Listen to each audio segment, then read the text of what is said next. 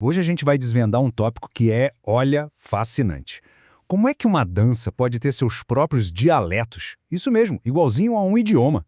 E a resposta para essa pergunta leva a gente direto para o coração de uma dança muito, mas muito única, o American Tribal Style, ou, para quem já conhece, ATS. Beleza.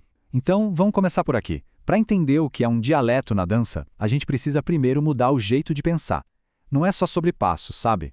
É sobre ver o ATS como uma linguagem corporal viva, que foi criada exatamente para isso, para um grupo se comunicar sem precisar falar uma única palavra.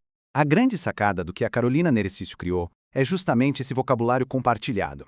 Pensa só na cena. Dançarinas que nunca se viram na vida, uma do Brasil, outra do Japão, sei lá, da Alemanha. Elas sobem num palco e de repente dançam em uma sincronia perfeita.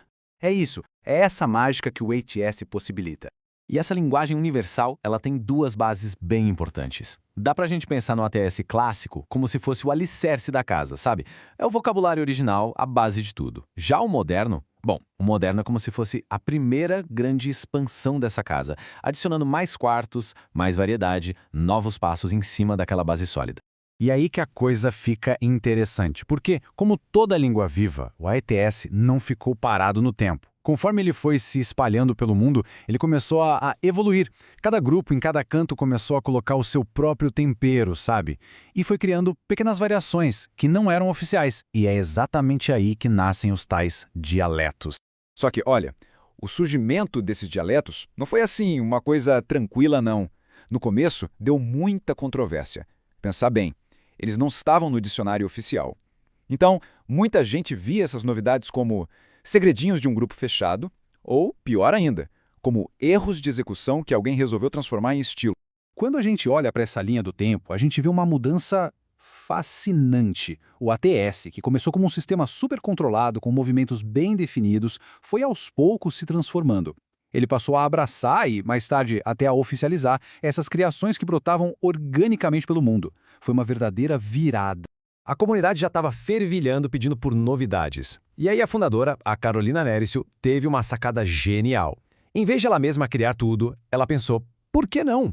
E convidou algumas das dançarinas mais respeitadas da época para compartilhar e ensinar os dialetos delas, aqueles que já eram super populares. E com isso, ela oficializou esses movimentos. E aqui está o pulo do gato, a grande virada da história.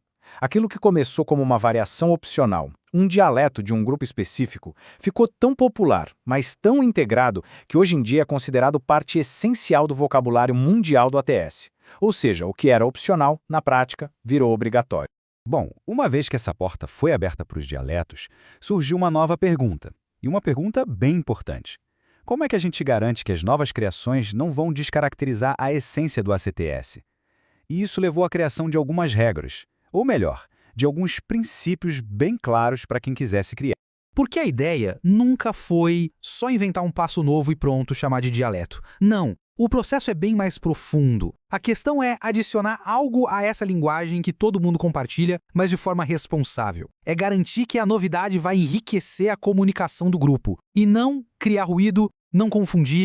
E essa frase da Carolina, ela resume tudo de forma perfeita. A beleza do ACTS está toda na comunicação que não usa palavras. Se um passo novo é tão complexo que precisa ser explicado verbalmente antes, ele quebra a mágica, quebra o encanto. Um bom diálogo tem que ser intuitivo. A outra dançarina tem que olhar e, de alguma forma, entender, quase como se ela já conhecesse aquele movimento.